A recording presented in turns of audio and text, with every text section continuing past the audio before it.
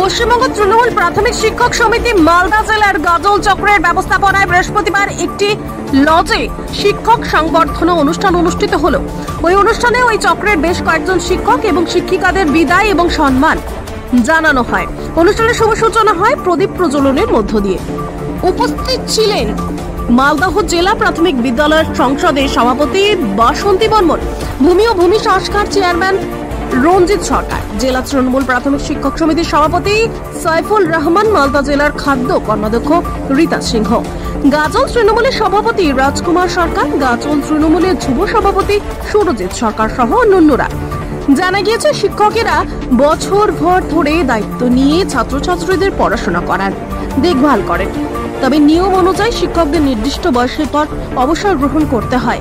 সেই নিয়মে কয়েকজন অবসর নিয়েছেন। তাদের সম্মান এবং শ্রদ্ধা জানাতে এমন উদ্যোগকে স্থানীয়রা সাধুবাদ জানিয়েছেন।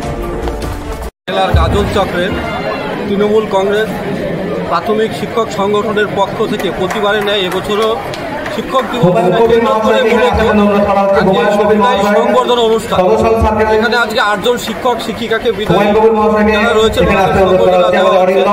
এবং চক্রের শিক্ষিকা সকলে এসছে এবং খুব ভালো লাগছে যে এরকম ভাবে একজন শিক্ষক তার সারা জীবন শিক্ষকতার পরে শেষে তাকে চক্রের থেকে বা বিদ্যালয় থেকে যে তাকে সম্বর্ধনা দেওয়া হয় বা তাকে যে তার যে একটা অবদান সমাজের প্রতি রয়েছে, ঠিক সেইভাবে যে একটা সমাজের পক্ষ থেকেও তাকে একটা শেষ সময়ে একটা শুভেচ্ছা জ্ঞাপন বা তার প্রতি একটা সকলেই আমরা শ্রদ্ধা জ্ঞাপন করি। এটা খুব ভালো বিষয়। এবং আজকে আমাদের ডিপিএসসি চেয়ারম্যান ম্যাডাম রয়েছেন এবং সাইফুল, আমাদের তাপসবাবু সহকারে যারা ব্লকের যারা নেতৃত্বে রয়েছেন, সকলের উদ্যোগে খুব সুন্দর করে অনেক শিক্ষক শিক্ষিকা রয়েছেন, খুব সুন্দর করে এই অনুষ্ঠানটি আজকে এখানে অনুষ্ঠিত হয়েছে। খুব ভালো লাগছে।